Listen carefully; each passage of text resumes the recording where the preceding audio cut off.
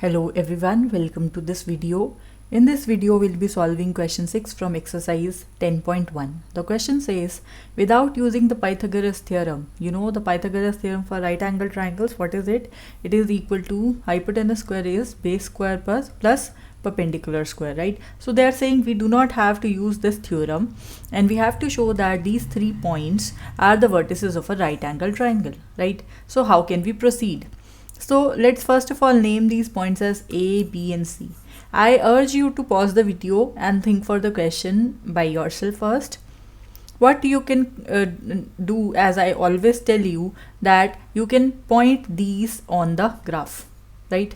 So once you point these on the graph, you can have some, you may have the image of what you are solving, right? So when you point it on the coordinate plane, you have these 3 points as A, B and C. Correct. Now, by looking at the triangle, you cannot directly make out which angle is 90 degree. Either the angle CBA is 90 or the angle CAB is 90. You are not quite sure. So what procedure we can use here?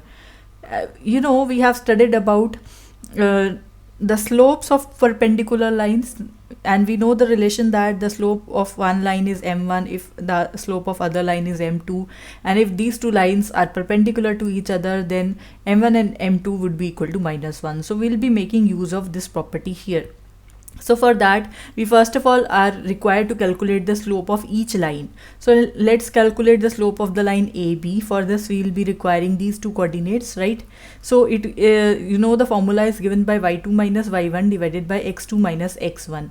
So for we are taking the coordinates of B as the second point, as one as that of A. So you see y2 is 5 minus 4, right, divided by x2 minus x1, 3 minus 4.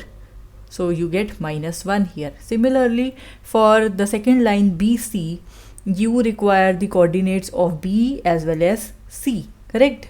So here we are assuming this to be the first point, this to be the second point. So the coordinate y2 minus y1 would be -1 minus 4, right?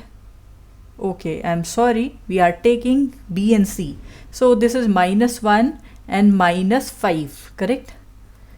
Okay, and then divided by x2 minus x1. x2 is -1 minus of x1, which is 3. Hence you have 3 upon 2 as the slope in this particular case, right? And what about the slope of line CA? For CA, you'll be requiring the points C and A, right? So it come out to be equal to 1 in a similar manner. You can check. So therefore, we can clearly see now at the first glance, we are unable to tell anything about these 3 lines. But can we see that can any two slopes they give you the value as -1? The answer is yes. We have the value as -1. Why? Because if you multiply this value -1 with +1, right, you would definitely get -1.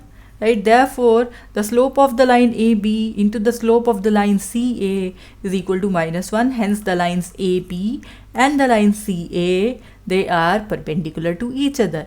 That means we are sure that for the line AB, right, for the line AB and the line AC, we have a perpendicular angle.